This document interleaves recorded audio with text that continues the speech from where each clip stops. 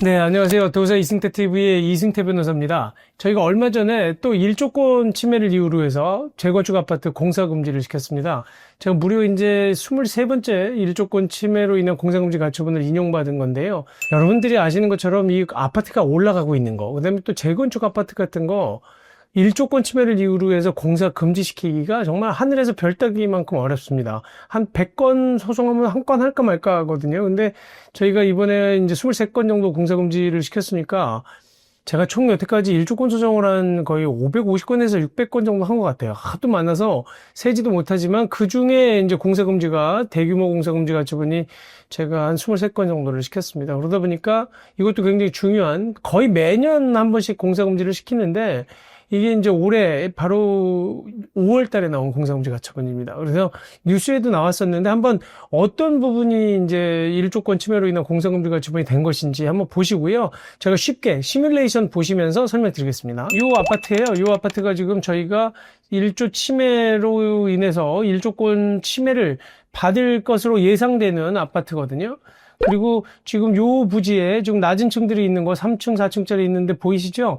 여기가 기본적으로 예전에 그 신축 전에 있던 주택들이 있던 곳입니다. 시뮬레이션이라는 게 뭐냐면 이 동지일을 기준으로 해서 날짜는 일조권 침해의 기준은 동지일입니다. 동지일을 기준으로 해서 주변에 다른 건물들이 아파트에 어떤 영향을 미치는지를 도면을 가지고 모델링을 해서 컴퓨터에다 집어넣는 거예요. 그래서 지금 여기 보시면 피해 아파트와 그 다음에 가해 아파트가 들어오기 전 건물들을 전부 모델링해서 컴퓨터에 넣었습니다. 그리고 동짓날을 기준으로 하고 그 다음에 시간은 아침 9시부터 오후 3시까지 6시간 동안 연속해서 2시간의 해가 뜨느냐, 그 다음에 아침 8시부터 오후 4시까지 8시간 동안 총 4시간의 해가 뜨느냐를 기준으로 평가를 하고, 그리고 또 태양을 12시에 고의로, 그러니까 일부러 남중시키는 기준으로 합니다. 그러니까 그 얘기는 무슨 얘기냐면 실제로 우리 시간이 지금 3시 7분이에요. 지금 여기 서울 시간이. 근데 이 시간은 우리나라 시간이 아닙니다.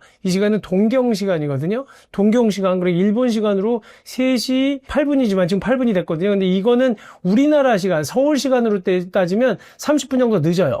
그래서 3시 38분입니다. 그러다 보니까 각각의 지방마다 시간이 다르기 때문에 그 시간으로 가지고는 정확한 일조 시간을 알 수가 없다. 왜냐하면 동쪽에 더 가까운 부산하고 서울하고 그 정도 한 20분 정도 차이가 나요. 시간 차이가. 그렇기 때문에 그 시간을 하나로 통일하기 위해서 진태양시라고 해서 12시에 우리 머리 위에 일부러 시간을 남중시키는 거예요. 그렇게 설정된 걸 가지고 지금 프로그램을 돌려본 겁니다. 한번 돌려보겠습니다. 그래서 이렇게 보시면 지금 그림자가 쭉 지죠. 해가 이렇게 지금 12시 넘어간다는 거예요. 이제 12시가 넘어서 이제 쭉 넘어갑니다. 다시 서쪽 그림자가 오지요. 서쪽 그림자가 이렇게 오는 것. 그러다 보니까 요 아파트를 기준으로 해서 보면 지금 약간 그 음영이 드리워지잖아요. 그러니까 이 아파트의 경우에는 신축 전에 새롭게 건축되는 아파트, 재건축 아파트가 들어오기 전까지는 다시 보시면 해가 잘 들고 있죠. 해가 미치는 영향을 다른 아파트로 인한, 건물로 인한 영향이 거의 없었다는 거예요. 쭉 4시쯤 오니까 살짝 그림자가 들어오잖아요. 그러니까 굉장히 좋은 일조량을 확보를 하고 있었다. 근데 그러면 새 아파트가 들어서면 어떻게 되느냐? 아침 8시부터 봅니다. 지금도 약간 이 저층부에 보면 8시 때부터 이미 이 건물로 인해서 해가, 저층 부분에 해가 안 들고 있어요. 이러다 보니까 요 밑에 집, 그러니까 6층 이하까지는 기본적으로 하루에 아까 동지일을 기준으로 해서 연속해서 30분 미만, 그 다음에 총 1시간 미만의 해밖에 안 된다는 거예요. 이 정도, 그러니까 공사 금지 가처분이 되려면 적어도 해가 동지일을 기준으로 해서 연속해서 30분 미만, 그 다음에 총 1시간 미만, 두 가지가 다 만족되지 않을 정도의 해가, 그 정도밖에 해가 안 들어야 이거는 진짜 공사를 좀 중지시킬만 하다, 이렇게 본다는 겁니다. 근데 일반적으로 우리가 손해배상, 돈을 지급받을 수 있는 손해배상 청구의 기준은 연속 일조가 하루에 2시간이에요. 2시간 미만, 그 다음에 총 일조는 4시간 미만이 되면 이 정도는 공사금지는 시키지 못할 정도지만 그래도 손해배상은 받을 수 있을 정도로 참을 수 있는 한도를 넘어 있는 것이다. 근데 방금 제가 얘기 드린 것처럼 연속 일조가 30분 미만, 총 일조가 1시간 미만인 경우에는 이거는 손해배상으로는 안 되고 공사를 금지시켜도 될 만큼 일조 침해가 심각하다. 그러니까 참을 수 있는 한도를 현저하게 넘었기 때문에 공사를 중지시킬 만하다. 그렇다고 해서 뭐 시간만 가지고 다 공사 중지를 시키는 건 아닙니다. 뭐 양쪽의 건물이 어떤 용도로 쓰이고 있느냐, 그리고 언제 설립이 됐느냐, 언제 건축이 됐느냐, 그 다음에 또 이 지역성은 뭐냐, 지역이 2종 주거 지역이냐, 3종 주거 지역이냐, 준주거 지역이냐, 상업 지역이냐에 따라 다르고, 그 다음에 거리도 다르고, 그 다음에 회피 가능성. 그러니까 1조 침해를 안 줄 수 있게 설계할 수 있었느냐, 그 다음에 또 하나는 예견할 수 있었느냐, 예견 가능성, 이런 부분을 전부 고려해서 가처분을 인용하는 거예요. 근데 이 사건의 경우에는 제가 중점적으로 얘기하고 있는 6세대 정도가 30분에서 1시간 미만의 심각한 1조 침해를 받기 때문에 공사를 중지시켜라. 그러다 보니까 이쪽 아파트의 일부를 층수를 깎아라. 그래서 17개 층 정도의 층수를 낮췄어요.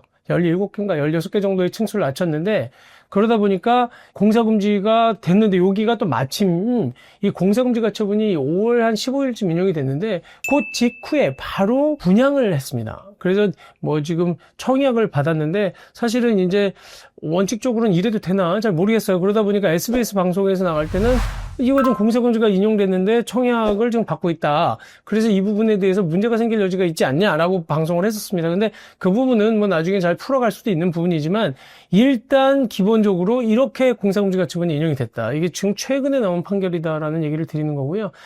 그러니까 여기 뭐 일부 동에 한 홀을 17층을 7층으로 낮추고 10개 층을 낮춘 겁니다. 그 다음에 또 다른 그 라인 22층을 20층으로 낮춰라. 그러다 보니까 이쪽에서 4개 라인을 낮춘 거라 총 18개를 낮췄네요. 18개를 낮춘 겁니다. 그러니까 6세대가 1조 침해를 주고 18세대를 공사를 하지 마라. 이렇게 공사금지 가처분이 인용된 건데요.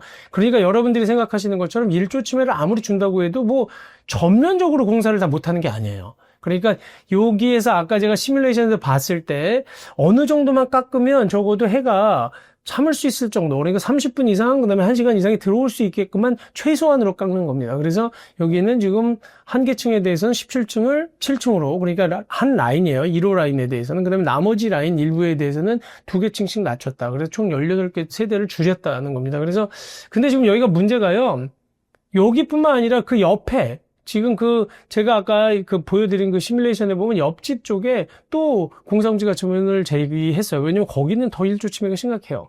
그러니까 조합 측에서 과연 어떻게 대응할지가 좀 궁금하긴 한데, 이게 굉장히 심각한 겁니다. 그러니까 제가 눈에 얘기 드리는 거지만, 우리야, 재건축 아파트의 조합원이거나 거기 들어가시는 분들은 높게 지으면 좋죠. 왜냐하면 많이 분양하면 그 돈을 가지고 재건축 비용을 충당하니까, 뒤에 멀쩡하게 해를 잘 받고 있던 사람들은 그럼 어떻게 할 거냐.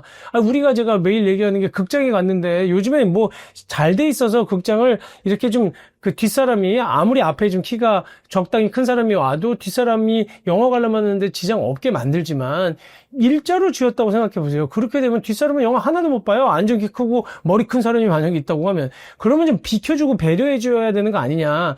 기본적으로 그런 어떤 배려심, 그 다음에 뒷사람을 고려하는 그런 설계를 해야 된다는 거예요. 그럼에도 불구하고 계속 이렇게 공사금지 가처분이 인용이 됩니다. 물론 옛날엔 더 심했어요. 옛날엔 정말 엄청나게 큰 공사금지 가처분도 많이 인용을 받았는데, 요즘엔 그래도 행정청에서도 그렇고 시행사에서도 고려해서 짓는다고 하는데도 불구하고 이렇게 공사금지 가처분을 시킬 만큼 심각한 1조 침해를 입는 곳이 생겼다는 겁니다. 다시 한번 여러분들도 잘 이 내용 보시고, 본인의 집이 이렇게 침해가 심하다 하면 그때는 또 빨리 뭐 1조권 전문 변호사한테 가서 공사금지 가처분 해달라든지 아니면 대책 마련을 하셔야 돼요. 그냥 그런가 보다 하고 있다가 나중에 해 안 되면 본인만 손해고, 또 짓는 사람도 이런 것들을 배려해서 건물을 지어야 될 것 같습니다. 오늘 방송은 이것으로 마치도록 하겠습니다. 감사합니다.